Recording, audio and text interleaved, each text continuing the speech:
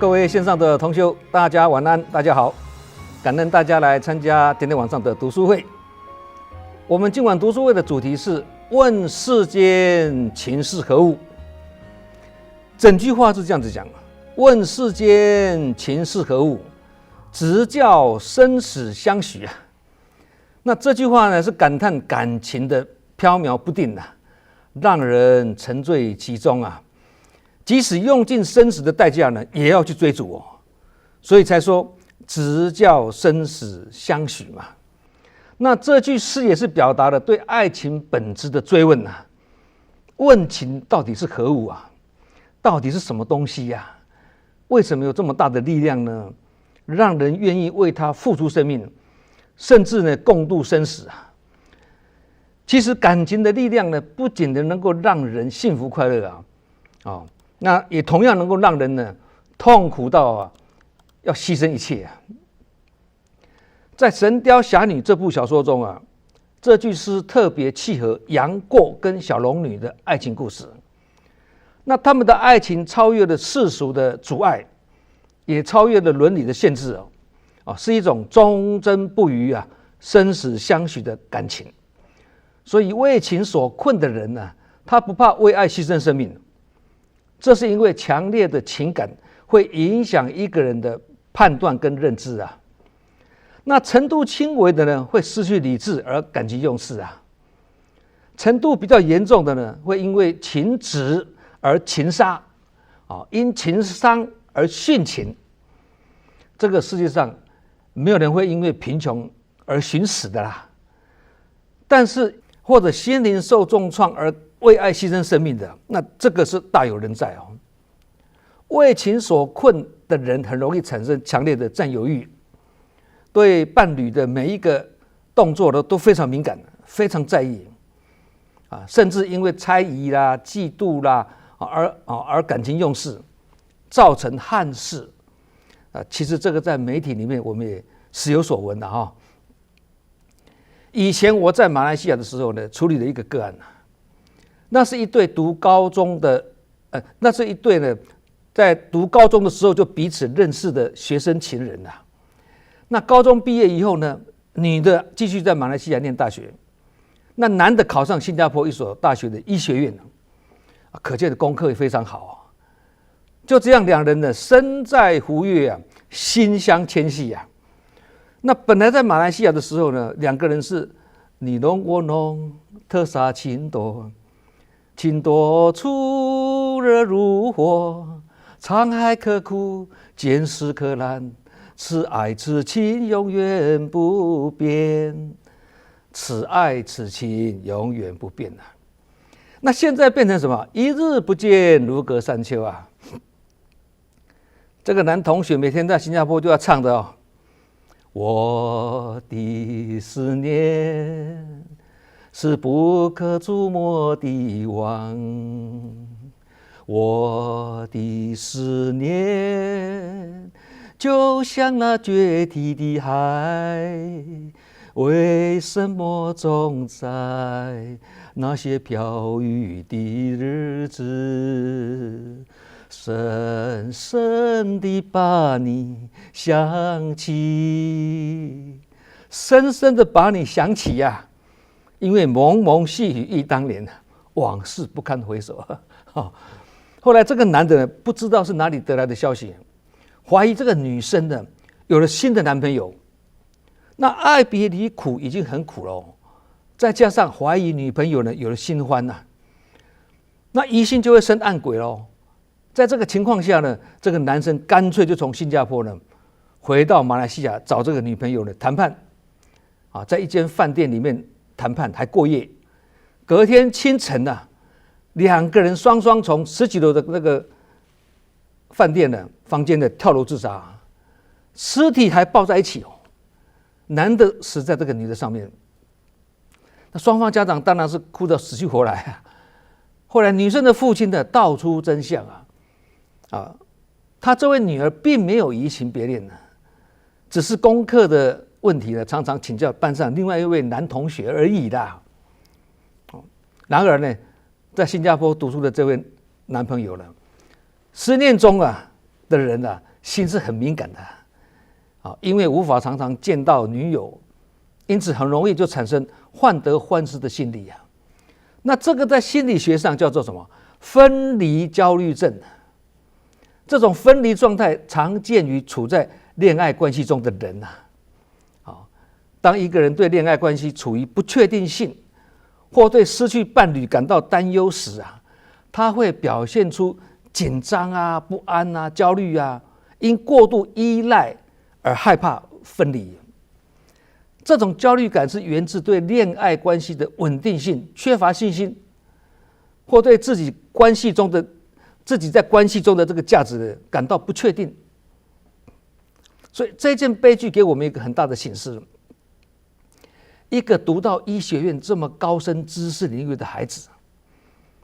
在自己的交友过程中或即使感情受挫也好啦，他所读的这些知识学问到底能够发挥多少旋乾转坤的力量呢？实在令人怀疑其实说穿了，大学所修的学分或医学院高深的学问，充其量只是在知识跟学问的领域里面呢的这个范围而已虽然说知识就是力量嘛，但是要了解知识的力量还是有分建设的力量跟破坏的力量因此佛家才有转识成智一说嘛，也就是说要转知识成为智慧，否则的话呢，知识学问只不过是谋生的工具而已啦。你读什么系，将来就找什么工作嘛，是这样子嘛？因为知识还是污染的，智慧才是清净的。那两位学生情人双双跳楼自杀，虽说这也是一种恶业的业力牵引造成了劫数难逃定业难转但是讲到底呢，也是未能转识成智因为智慧没有启发，在碰到情感的困扰时呢，就难以冷静思考，去做出理性跟正确的处置因为有智慧的孩子，他不会选择以自杀的方式来解决问题因为他了解道理这个道理可能大学也没有教这社会大学才有教。什么道理呢？就是自杀者犯下两种罪行一个是杀生之罪，一个是不孝之罪身体是父母的精血之作，其法夫是受之父母，不可毁伤况且我们对身体只有使用权，没有所有权你任意去糟蹋跟不当摧毁自己的身体而致死，这是属于杀生，也是造成白发人送黑发人，那这个就是不孝。那以佛教的观点来讲呢，自杀被认为是不善业，造不善的业，因为它违背了珍惜生命跟尊重生命的原则而且自杀可能会导致恶业的累积进而影响未来的轮回这个是佛教的观点那道教的观点是什么呢？强调生命是自然流转的并认为自杀是违背天道的行为所以老子才会说人法地，地法天，天法道，道法自然。自杀就是违反自然，你不是自然死加工死那基督教的观点是认为什么？自杀是违背上帝的意志会导致灵魂无法得救所以不同宗教对自杀的看法还是蛮一致的啦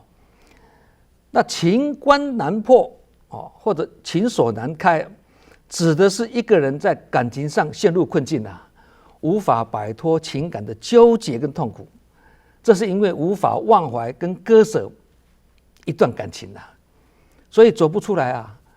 而陷入情执跟情网里头造成情伤。如果自己没办法疗伤，那最后就是选择以死来解脱自己嘛。唐玄宗跟杨贵妃的爱情故事呢，是历史上著名的情关难破。唐玄宗为了杨贵妃不惜疏忽政务那安史之乱爆发之后呢，军队的士兵认为杨贵妃也是动乱的根源之一所以就要求唐玄宗必须处死杨贵妃，来平息众怒啊。那面对军队的这种强烈的要求跟政治的压力啊，唐玄宗虽然很爱杨贵妃，但是他为了自己的安全啊，也要安抚军心啊，最后还是下令赐死杨贵妃啊。然而唐玄宗一直对这段感情呢难以割舍啊，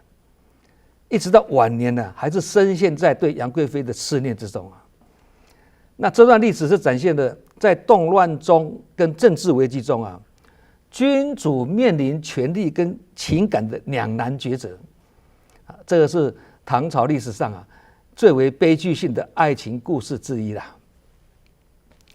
那《红楼梦》里面的贾宝玉跟林黛玉啊，也是一种凄美的爱情故事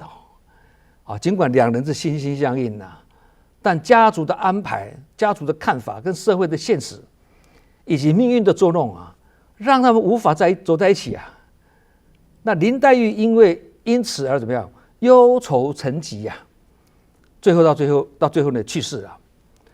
那贾宝玉在林黛玉去世后呢，也是无法从失去她的这个痛苦中呢解脱出来啊。虽然后来他是跟那个薛宝钗啊成婚啊，但这段婚姻并不快乐，还是常常沉浸在对林黛玉的思念中啊，跟对现实的无奈之中啊。那这个时候呢，贾宝玉开始对红尘中的一切啊感到厌倦跟绝望了啦。现在很多人也是这样子啊。后来他最后选择利用薛宝钗外出后呢，他也悄悄的离家出走啊，跟随一位僧人呢，选择了出家，走上了修道之路啊。那《红楼梦》虽然是虚构的文学作品，但是他写的这个背景呢，却是跟作者曹雪芹的成长历程呢是十分类似的啊。所以在某种程度上呢，这也是反映了曹雪芹他自己的生活经历哦。其实古代人跟现代人在面对男欢女爱啦，跟人情冷暖时啊，尽管在生活背景跟社会结构以及文化氛围有所不同的，但是在本质上，人性的情感反应并没有太大的差别哦。唐玄宗跟杨贵妃啊，或者贾宝玉跟林黛玉，跟他们这种类似的爱情故事，在现实的生活中也是经常在上演啊。只不过呢，情感的表达方式，古代人跟现代人还是有一些不同啊。古代人对情感的表达比较含蓄跟保守，所以情感的表达呢，受到很多的约束，很多情感上的矛盾啊，通常会透过这个礼仪规矩来维持啊，甚至把它掩盖住，没有轻易显露出来。那现代人就不一样了哦，现代的社会很开放啊，人们对情感的表达更为直接啊，不要说古代人跟现代人不一样了，现在的年轻人跟我们以前的年代也大不相同了。1950年代啊，当时的社会很保守，我们那个时候了哦。那在情感的表达上呢，大家都是很内敛、很克制的、很保守的，尤其在恋爱跟亲情方面呢，公开表达就会感觉有一些肉麻，爱你在心口难开了，不是吗？那恋人之间的这个感情互动，常常是透过书信，很少是透过肢体的接触来表达，因为那时候也没有手机啊，对，公开场合牵手啊、拥抱啊，甚至亲吻啊，都很少见。我年轻的时候在追我家师姐的时候呢，情书也是写了一大叠啊，都可以出一本书了。我相信老一辈人都是这样子的。那现在的年轻人在感情上的表达就不一样了，更加的直接跟自由哦。他可以公开表达爱意啊，拥抱啦、牵手啦，甚至在这个社交平台上分享私人的感情都非常常见的，非常直接啊。那现在的年轻人选择在情感上有更多的自主权跟灵活性啊，婚姻观念也是更加的多元化嘛。恋爱也不一定是为了结婚啊，现在的年轻人啊，而是个人交友跟情感的一种体验比如说啦，婚前同居啦，跨文化婚姻啦，同性恋情等等啊，这些情感上的不同形式，在现在社会中逐渐被接受啦，也因此家庭对个人的情感生活的影响越来越低了嘛。爸爸妈妈已经都很尊重我们的孩子他们自己的决定啊，反而个人的幸福跟自由呢，成为主流价值观，而我们做父母的也会充分给予尊重啊，这个是现在社会的现况嘛。有人你问他，请问问情是何物啊？他会回答说：一物克一物啊。这种说法在某种程度上确实有道理啦。一物克一物，通常是用来什么？描述自然界的平衡嘛，或力量的对抗关系嘛。用在感情上也是可以理解为一种相互的制衡互相的影响的这种关系。那感情中，尤其是婚姻常常是两个人互相吸引或制约，有时是因为性格啦、需求啦或价值观的不同了，而彼此互补所以很多夫妻其实是性格上跟需求上是互补的比如某一方面太太比较弱的，先生就很强或太太不懂的，先生就很懂。那有的则是什么？太太是女强人那先生也不遑多让，很有才华不但互补了，更是强者的组合然而，不管是什么样的组合婚姻中的两个人必须懂得随时保持你进我退，我进你退，互相保持距离，以测安全佛法上叫做什么？空性。有空性就会有距离那不只是夫妻朋友也是一样彼此要懂得保持安全距离失去距离就是什么？台湾话讲的扣袖，会造成失去礼节规范变成反目成仇吧。生活中也常常有这种例子车子也是一样没有保持距离，没有保持那个空性，都容易碰撞出车祸人也是一样所以夫妻之间其实是偶尔夫唱妇随就好了，不必形影不离啦。也就是俗话说的有一点黏又不太黏那透过这样子的平衡或彼此克制来维持关系的稳定。那恋爱中的恋人彼此之间的关系平衡也是一样的道理结婚前的恋爱阶段就是在做个性上跟价值观上的磨合嘛。有一些是一拍即合一见钟情认识3个月就配对成功结婚有些是恋爱了好多年曲折离奇最后呢结婚那有些是什么？奉子成婚的。那无论是何种形式的结合感情都不仅仅是简单的克制跟平衡而已，而是更多的彼此理解、包容跟沟通。做得到的，最后就是成婚，那做不到的，就是不如归去吧，或者相见不如怀念，含着眼泪默默说再见，这个就是每个人恋爱的过程嘛。那有些恋人即使做不到平衡跟克制，个性上好像也不是很合啦，价值观好像也不是很一样了，但是最后还是结婚很奇怪，为什么？因为虽然见面会吵架，但是不见更痛苦那干脆就结婚了，结果一结就婚所以结婚的婚，各位看左边一个女不是吗？右边一个昏头的昏所以结婚的婚左边是一个女，右边是一个头婚的婚，所以女子婚了就叫做婚，结婚的婚。那太太都婚了，先生不婚也难因为夫妻共业了对不对？那结婚表面上看来是自由恋爱即使你挑来挑去，最后也是不离3世姻缘是前世早已经注定的啦。也因此，夫妻关系甚至亲子关系，有些是来报恩的，有些是来讨债的，由不得你的掌控啦。最终还是离不开前世今生因缘循环的道理的，因果循环的道理的。那能够认识这样子的生命道理，叫做认命。能够认命才会好命，那不认命就只好愚者命运，被命运操纵了。那我们要学习的是什么？做智者，因为智者运命，运命就是操纵自己的命运。我最近在处理一个海外慈济志工的家庭个案，一对夫妻的一个正在读大学的女儿，原本小孩的时候呢是很听话很乖巧，但现在读大学性格上变化得很厉害哦，因为他结交了一位损友女同学，两人一起呢学会骗学会偷啊，大学生的呢，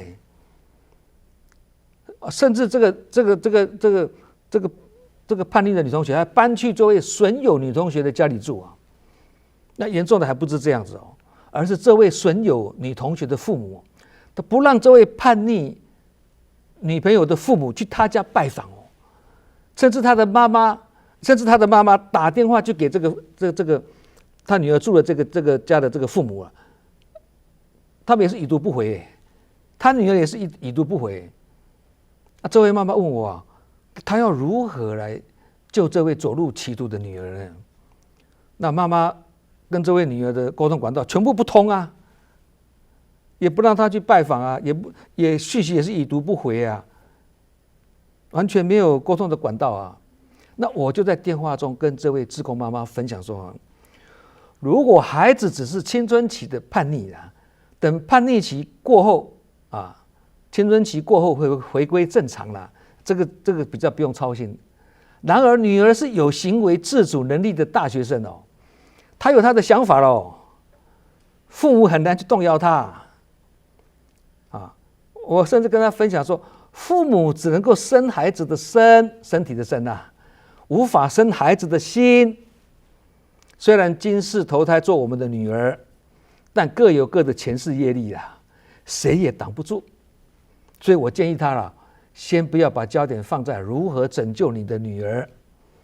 至少你女儿是住在同学家，同学家也有长辈在啊，安全上是没有问题的。现在应该利用这段彷徨失措、束手无策的时候呢，你跟先生一起静下心来，内观自省啊。因为女儿离家出走，即使是女儿自己的个性或任性使然呐，然而有一句话告诉我们，子不教父之过，教不严师之惰，肯定跟为人父母脱离不了关系哦。现在连对方父母也拒绝你去他家探访，这个是比较少有的情况哎。因为你是这位离家出走女孩的妈妈，同样是天下父母心哎，所以对方不让你去看女儿，这个违反人的常情的。那这个其中必有缘故，因此我才建议这位妈妈说，必须跟先生冷静下来，好好做反省的功课啊。因为正言上人说，天下没有教不好的孩子，只有失职的父母，并且说天下没有教不好的孩子，只有用错方法的父母。这句话里面是很有生活哲理的哦，也从中了解父母的角色多么重要啊！不只是父母是孩子的贵人啊，孩子也是我们的贵人呢。因为这样子的孩子是在激励我们要学习、增长智慧，才有办法去妥善处理这个问题啊。那问题看起来好像很艰深，其实答案很简单。如果要直接改变这个孩子，以目前的情况来看，这是非常困难的事情，因为不知从何下手啊，没有管道啊，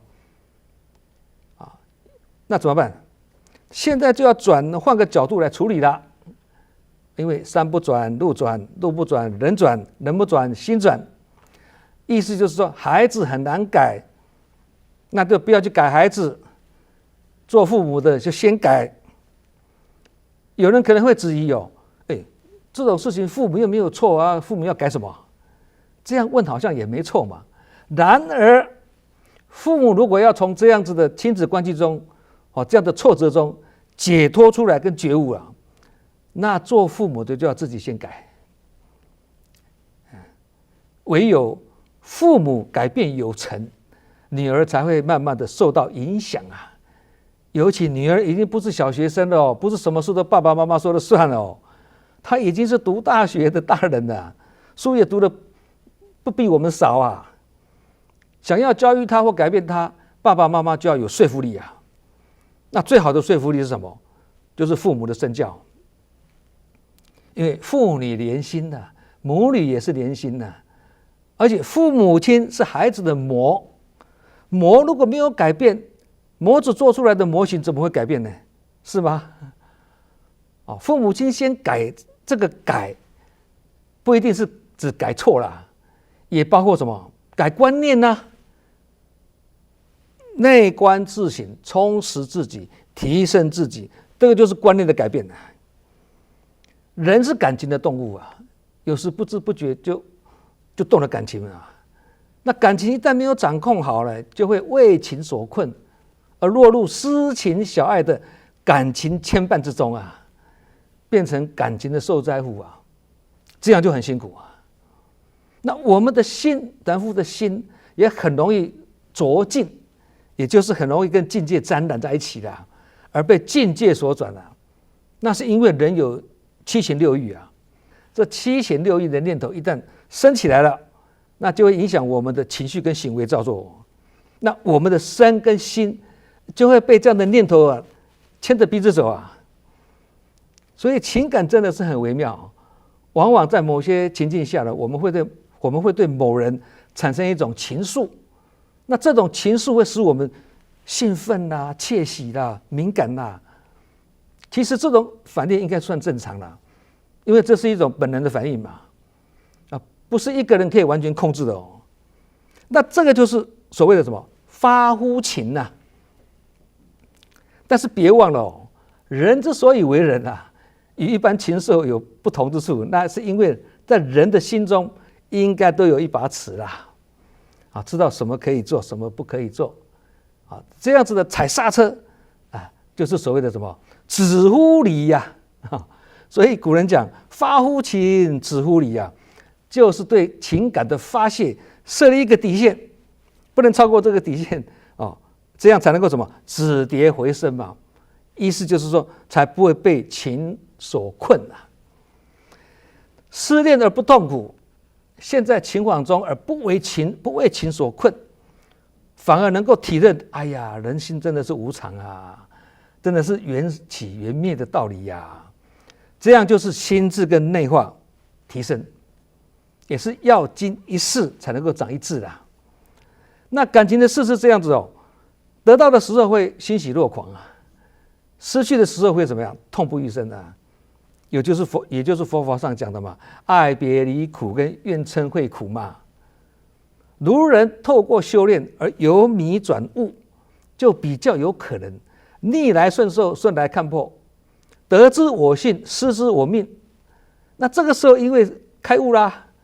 所以才能够体认，原来私情小爱终究是有为法，也是会带来烦恼，因为它是小爱嘛。所以面对感情的顺逆都要以平常心看待啊，尤其更要以感恩心来面对逆境啊。因为痛彻心扉之后呢，比较会大彻大悟啦。因为被逆境狠狠的一击嘛，最好的学习嘛，不是吗？那这个时候我们才能够体会一句话：哎呀，原来伤痛是代表着软弱正在离开我们的身体呀。软弱离开身体，取而代之是什么？坚强跟勇敢嘛。台湾话叫做什么？怕等秋骨等多用，对不对？有缘千里来相会，无缘对面不相逢。两情相悦而结婚，礼多情薄而离异啊。走在感情的十字路口，或陷入感情的漩涡里，为情伤风，为爱感冒，正是凡夫的什么懒惰之爱啊！爱人的很痛苦，被爱的也是苦，互相来报恩的也是有爱别离苦，互相来讨债的也是有怨憎会苦，彼此因前世因缘而互相牵扯，我折磨你，你折磨我，没完没了即使是我泥中有你，你泥中有我，你侬我侬，这也是在私情小爱的漩涡里头也都是人生的苦缘之一啦。用情太深会令人苦，虚情假意会令人怨。那人生无情也不行，那到底要情归何处呢？很简单，就是先将烦恼的私情小爱提升为亲近的长情大爱，再以长情大爱回来抚慰私情小爱如此呢，大爱中有小爱，小爱中有大爱，大小兼顾，大小亲近最好是回小向大对这样的人生的感觉路才会越走越欢喜自在。星云大师曾经开示一句话非常经典他说学佛有如学钢琴需懂得随时调音，这样乐曲才不会走调，也才能演奏出好音乐。还有弹感情有如弹钢琴不论弹得快或慢，轻或重，只要能收放自如，也能如行云流水这样就是绝有情这是一句发人深省的开示觉悟的有情就是觉悟的菩萨那不觉悟的有情就变成什么迷情的众生有一首老歌，旋律悠扬歌词很美歌名就叫做情字这条路情理这条路我们来细细品尝情到底是怎样的一条路我们今晚的读书会就在这首歌曲中画上句点大家静静的聆听我们感恩大家的这个参加读书会我们下周同一时间再见。